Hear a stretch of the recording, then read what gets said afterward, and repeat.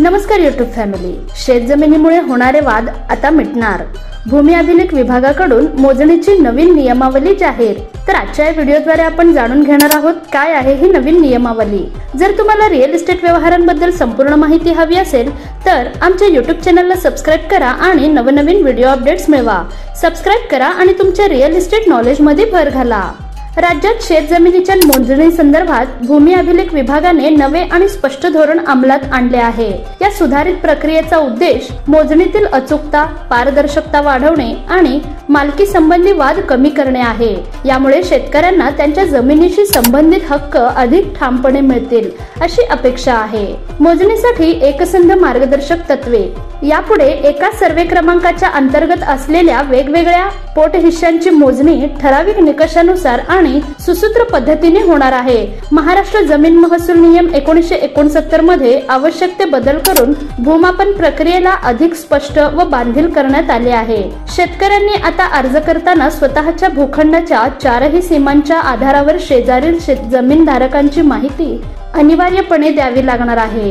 मोजणीसाठी अर्ज करताना जमीन मालकीचे दस्तऐवज, खरेदी खत, मालकी हक्काचे पुरावे तसेच प्राथमिक म्हणजे कच्चा नकाशाही सादर करावा लागेल.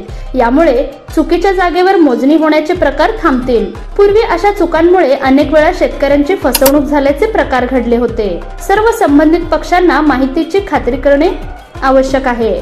मोजणी करताना शेजारील जमीन मालकांना स्पीड पोस्टद्वारे नोटीस पाठवण्याची व्यवस्था करण्यात आली आहे.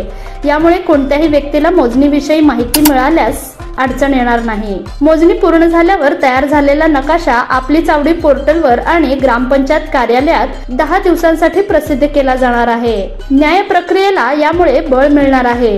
या कालावधीत कोणताही संबंधित पक्ष आक्षेप नोंदवू शकतो. त्यावर अधिकाऱ्याला सुनावणी घेणे बंधनकारक असेल. ही प्रक्रिया पूर्वी ऐच्छिक स्वरूपात होती, पण आता ती अनिवार्य करण्यात आल्यामुळे न्याय मिळण्याची शक्यता अधिक प्रबळ होईल. यामुळे नागरिकांना आपली बाजू मांडण्याची संधी निश्चित मिळणार आहे. डिजिटल यंत्रणेमुळे विश्वासार्हता यात वाढलेली आहे. नवीन प्रणालीमध्ये GIS पोर्टलवर मोजणी संबंधी नकाशा, स्थानिक फलकाचे छायाचित्र आणि अन्य कागदपत्रे अपलोड करण्याची सक्ती केली आहे. यामुळे प्रक्रिया डिजिटल पुराव्यावर आधारित आणि कोणतीही माहिती लपवण्याची शक्यता नसलेली असेल. यामुळे शेतकऱ्यांना प्रत्यक्ष लाभही होत असताना दिसून येते. या सुधारणा केवळ शासकीय कामकाजापुरत्या मर्यादित नसून त्या थेट नागरिकांच्या हितासाठी आहेत. पूर्वी अनेक वेळा एकाच सर्वे क्रमांकावर अनेक व्यक्तींचा हक्क असल्याने त्यांच्यातील सीमारेषा व क्षेत्रफळावरून वाद निर्माण होत होते. आता नव्या प्रणालीमुळे अशा प्रश्नांवर स्थायी तोडगा मिळाला आहे.